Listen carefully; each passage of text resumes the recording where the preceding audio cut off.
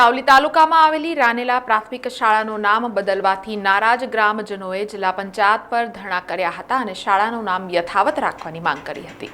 વડોદરા જિલ્લાના સાવલી તાલુકામાં આવેલી રાનેલા પ્રાથમિક શાળાનું નામ બદલીને તુલસીપુરા પ્રાથમિક શાળા 1 કરવામાં આવતા ગ્રામજનોમાં નારાજગી ફેલાઈ છે અને આજે તુલસીપુરાના ગ્રામજનોએ વડોદરા જિલ્લા પંચાયત કચેરી બહાર પોસ્ટર બેનર સાથે ધરણા પ્રદર્શન કર્યા હતા। તેમજ જ્યાં સુધી શાળાનું નામ પુનઃ બદલવામાં ન આવે ત્યાં સુધી ગ્રામજનોએ ધરણા કરવાની ચીમકી આપી હતી।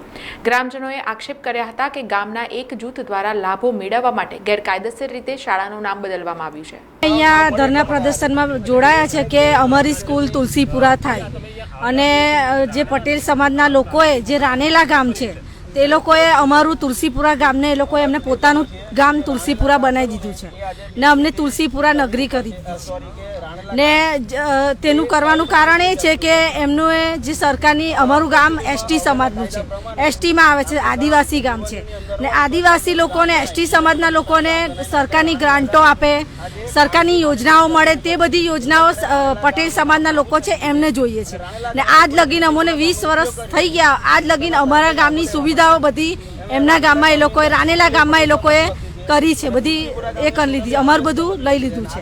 હા, એ લોકોએ અમારા લાભો મેળવવા માટે જ એ લોકોએ આ બધું કરી, બધું ગામનું નામ લઈ લીધું છે। એ આજે જ અમે આંદોલન એટલે કરવામાં આવ્યું કે જે પહેલાં જે સમયે આ થયું તે સમયે બહુ જ ખરાબ પરિસ્થિતિ હતી અમારા ગામની અને આમ એ લોકો પૈસાથી બળવાન હતા, જમીન જાયદાદવાળા હતા, એટલે અમે અમારા ગામના લોકો ત્યાં મજૂરી કરવા જતા હતા, એટલે અમને દબાવતા હતા એ લોકો।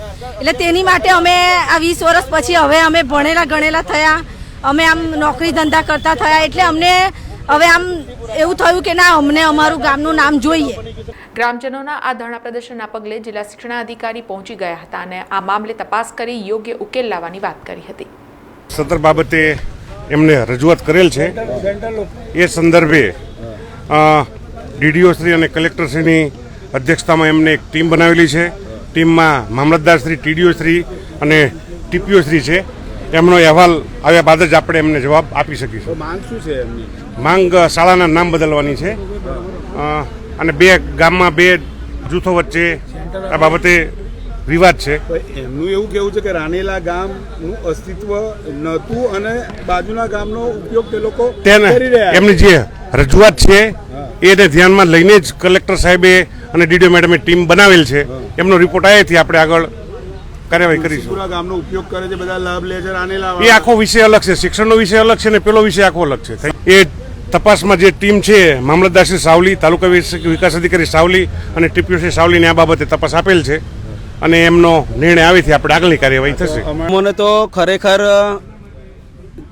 જિલ્લા પ્રાથમિક શિક્ષણ અધિકારી શ્રી પર ખરેખર એક સરપંચ તરીકે તમને કહું કે સાહેબે કોઈ પણ આ બાબત ગંભીરતામાં લીધી નહીં।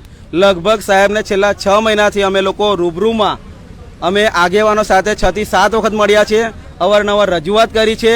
એ લોકોએ અમને 3 થી 4 વખત એવું કીધું અમે સ્થળની ચકાસણી કરીશું, પણ એમને જાણે માનવતા નેવે મૂકી અને આખરે માનવતાને હદ ઉઠાન અવારનવાર મેસેજ પણ કર્યા છે, પણ કોઈ પણ પ્રત્યુત્તર અમને આપ્યો નથી, કોઈ પણ કાયદેસરની કાર્યવાહી કરી નથી અને હાલની અંદર કહે છે પણ અમને એમના પર વિશ્વાસ નથી।